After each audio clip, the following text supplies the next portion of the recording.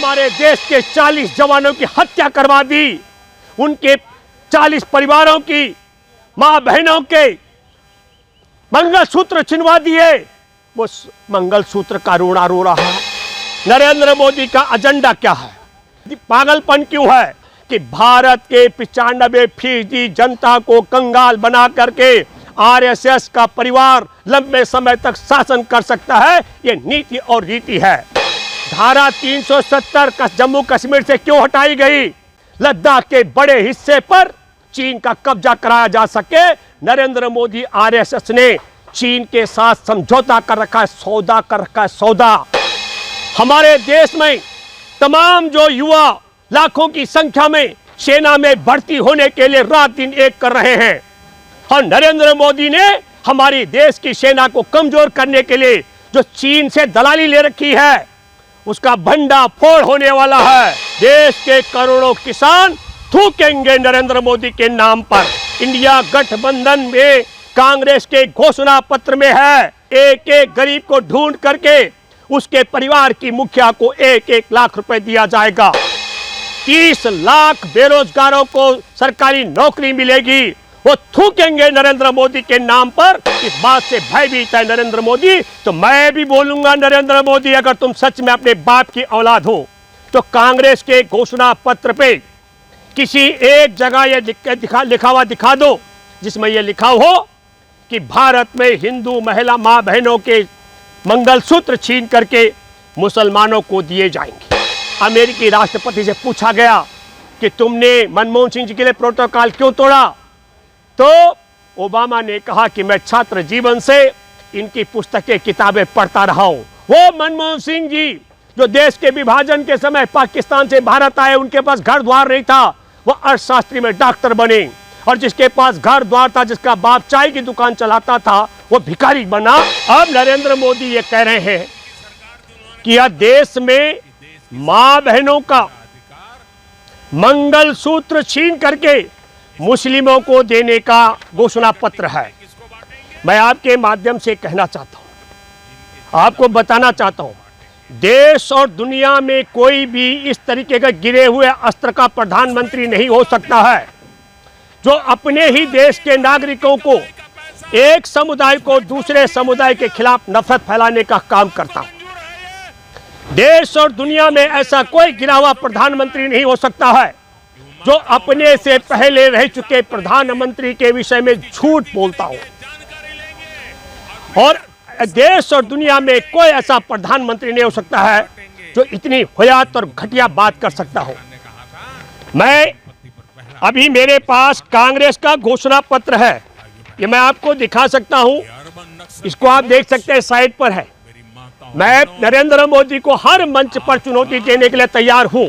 जैसे नरेंद्र मोदी ने कहा था अखिलेश यादव के तुम असली विध्वंसी हो, तो मैं भी बोलूंगा, नरेंद्र मोदी, अगर तुम सच में अपने बाप की औलाद हो तो कांग्रेस के घोषणा पत्र पे किसी एक जगह ये लिखा हुआ दिखा दो जिसमें यह लिखा हो कि भारत में हिंदू महिला मां बहनों के मंगलसूत्र छीन करके मुसलमानों को दिए जाएंगे।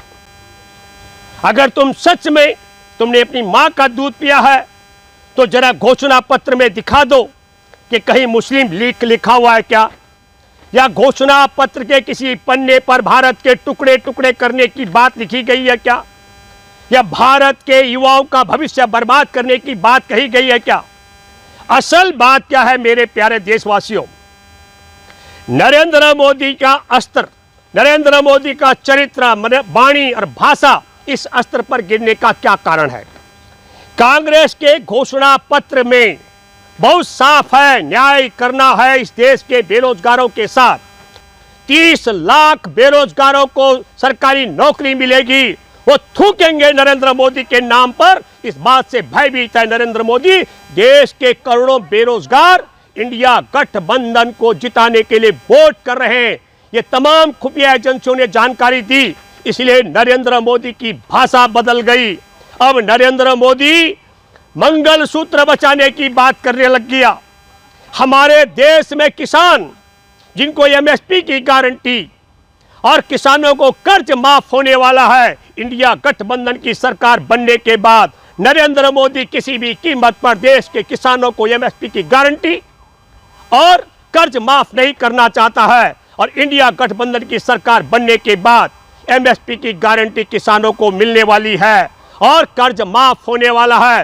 देश के करोड़ों किसान थूकेंगे नरेंद्र मोदी के नाम पर। हमारे देश में तमाम जो युवा लाखों की संख्या में सेना में भर्ती होने के लिए रात दिन एक कर रहे हैं और नरेंद्र मोदी ने हमारी देश की सेना को कमजोर करने के लिए जो चीन से दलाली ले रखी है उसका भंडा फोड़ होने वाला है। कांग्रेस की अगुवाई में इंडिया गठबंधन की सरकार बनेगी और अग्निवीर व्यवस्था खत्म कर दी जाएगी तो देश में जो लाखों युवा फौज में भर्ती होने वाले हैं वो सब कांग्रेस के साथ इंडिया गठबंधन के साथ खड़े हैं। नरेंद्र मोदी का एजेंडा क्या है, पागलपन क्यों है? तो 2047 तक इस देश के न किसानों को एमएसपी मिलनी चाहिए, न कर्ज माफ होना चाहिए, न बेरोजगारों को रोजगार मिलना चाहिए, न गरीबों को 1 लाख रुपए सालाना मिलना चाहिए, न अग्निवीर योजना खत्म करके सेना का दोबारा से सम्मान और सैनिकों का सम्मान कायम होना चाहिए। इसके पीछे का बड़ा कारण है कि संघ का जो दूसरा गोल वर्कर था कि भारत के 95% जनता को कंगाल बना करके आरएसएस का परिवार लंबे समय तक शासन कर सकता है, ये नीति और रीति है। और मुस्लिम लीग की बात करने की बात अगर नरेंद्र मोदी करते हैं तो मैं आपको बताना चाहता हूं कि हिंदू महासभा की मुस्लिम लीग के साथ सरकार और हिंदू महासभा का जो मुखिया है सावरकर वो कभी संघ में नहीं रहा। और जब हमारे देश में गांधी जी मुस्लिम लीग के खिलाफ थे तब सावरकर ने मुस्लिम लीग के साथ हाथ मिलाया था। वही मुस्लिम लीग जिसे देश के 2 टुकड़े किए तो देश के 2 हिस्से करने वाले मुस्लिम लीग के साथ हाथ मिलाने वाले हिंदू महासभा के सावरकर माफी वीर वो इनका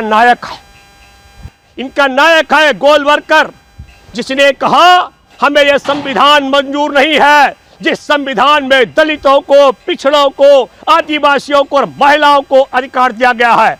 इसीलिए नरेंद्र मोदी का चाहे वह सलाहकार हो विवेक ओबराई, चाहे वो सांसद के चुनाव लड़ने वाले लोग हो, वो राम की भूमिका निभाने वाला और चाहे हेगड़े हो, तमाम लोग दावा कर रहे हैं कि हम देश का संविधान बदलेंगे।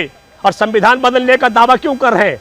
क्योंकि संविधान के मुताबिक मैं आपको बताना चाहता हूं हमारे देश में पहली प्रधानमंत्री बनी इंदिरा गांधी, तब गोलवलकर ने एक लेख लिखा था और उस बेहुदे लेख में क्या था कि किसी भी देश पर विधवा जब राज करती है तो अपशगुन होता है। ये मानसिकता महिलाओं के विषय में आरएसएस की, और मैं कोई असत्य नहीं कह रहा हूं, मैं नरेंद्र मोदी की तरह झूठ बोलने वाला व्यक्ति नहीं हूं। मैं दावे के साथ प्रमाणिक बात करता हूं, चैलेंज के साथ करता हूं। तो आप समझिए महिलाओं के अधिकार के खिलाफ, दलितों के अधिकार के खिलाफ, अल्पसंख्यकों के अधिकार के खिलाफ, आदिवासियों के अधिकार के खिलाफ, इसीलिए कह रहे हैं हम संविधान बदलेंगे। और मानसिक संतुलन बिगड़ने के कारण नरेंद्र मोदी को डर लग रहा है। जिस तरीके से इलेक्टोरल बॉन्ड में नरेंद्र मोदी का दुनिया का सबसे बड़ा घोटाला उजागर हुआ है, तो जब सरकार बदलेगी तो फिर आएगा कि राफेल में कितना घोटाला हुआ, नोटबंदी का घोटाला कितना था, जीएसटी का घोटाला कितना था, हमारे देश को बताए बगैर चुपके से पाकिस्तान जाने बिरयानी खाने का वहां क्या सौदा आतंकवादियों से किया गया था। और हमारे देश के अंदर मैं आपको बताना चाहता हूं 19 दौरे जो चीन के लगाए हैं उनके साथ क्या समझौता किया गया था। असल पोल खोल ये भी होने वाली है। धारा 370 जम्मू कश्मीर से क्यों हटाई गई? लद्दाख के बड़े हिस्से पर चीन का कब्जा कराया जा सके। नरेंद्र मोदी आरएसएस ने चीन के साथ समझौता कर रखा है, सौदा कर रखा है, सौदा। तो तब मैं ये कहना चाहता हूं उस सौदेबाजी में भी नरेंद्र मोदी को जेल जाना पड़ेगा, नोटबंदी के घोटाले में जेल जाना पड़ेगा। तब नरेंद्र मोदी इस स्तर पर उतर गए हैं। और इतिहास साक्षी है, देश में देश की आज़ादी से लेकर अब तक 55 साल से ज़्यादा लंबे समय तक कांग्रेस का शासन रहा हमारे देश में। तो अगर हम बात करें तो सोनिया गांधी जी का मंगलसूत्र देश पर कुर्बान हुआ। हम सब लोग जानते हैं कि देश के लिए राजीव जी का शहादत दी है। और नरेंद्र मोदी जी को मंगलसूत्र की चिंता सताने लग गई है, जिस व्यक्ति ने अग्नि के 7 फेरे लगा करके जसोदा बेन के गले में मंगलसूत्र बांधा, हर बिना निर्दोष महिला का त्याग कर दिया।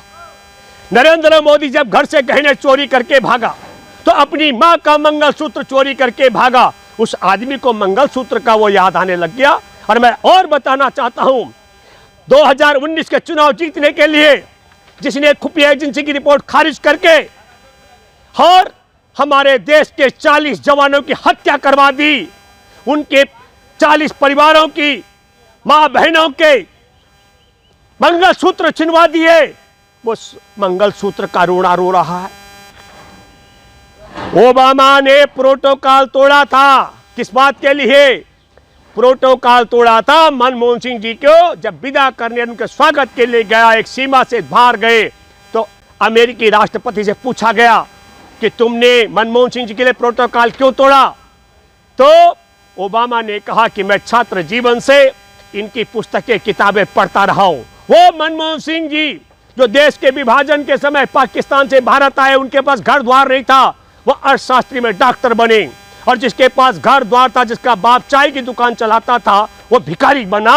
ये समझना पड़ेगा। एक आखिरी बात आपको मैं बताना चाहता हूं, जापानी पार्क में इस आदमी ने क्या भाषण दिया। दूसरा, मनमोहन सिंह जी की सरकार के समय इसको कहते हैं वस्त्र का चीरहरण।